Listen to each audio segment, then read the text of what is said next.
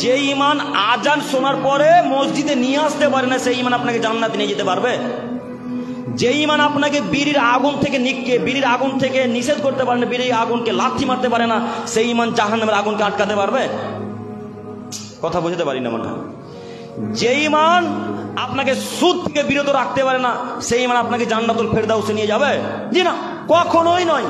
যে ঈমান আপনাকে ঘুষ থেকে বাঁচাতে পারে না, যে ঈমান আপনাকে বিড়ি থেকে, ঘুষ থেকে, মদ থেকে, জুয়া থেকে বাঁচাতে পারে না, সেই ঈমান আপনাকে জান্নাতে নিয়ে যেতে পারবে না। কাজে আমি আপনাকে অনুরোধ করে বলছি, আজান শোনার সাথে সাথে মসজিদে আসার চেষ্টা করেন। আল্লাহ নবী বলছেন, বুখারী মুসলিমের হাদিস, যখন আজান হয় তখন শয়তান বায়ু ছাড়তে ছাড়তে ছাড়তে এত দ্রুত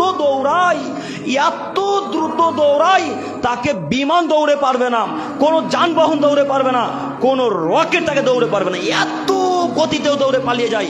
কেন দৌড়ে পালায়? কেন পালায় দৌড়ে? সে যেন আজানের শব্দ কানে যেন না আসে, আজানের শব্দ তার কানে যেন না আসে, এই জন্য খুব দ্রুত পালায়। তো আল্লাহ নবী বলছেন, আজানের শব্দ শুনে জিন পালিয়ে যায়, আজানের শব্দ শুনে শয়তান পালিয়ে যায়, যারা বদ জিন তারা পালায়। তো কিছু কিছু মানুষ মসজিদে ঠিকই থাকছে, আলোচনা হচ্ছে, বিচারও হচ্ছে, বিচার করার পর যেমনই আজান দিচ্ছে তখন সবাই সোলোর মধ্যে পালিয়ে যাচ্ছে। তাহলে এরা কি সবই শয়তানের দল? হ্যাঁ, এরা কি সবই শয়তানের দল? আজান শোনার পর কে পালায়?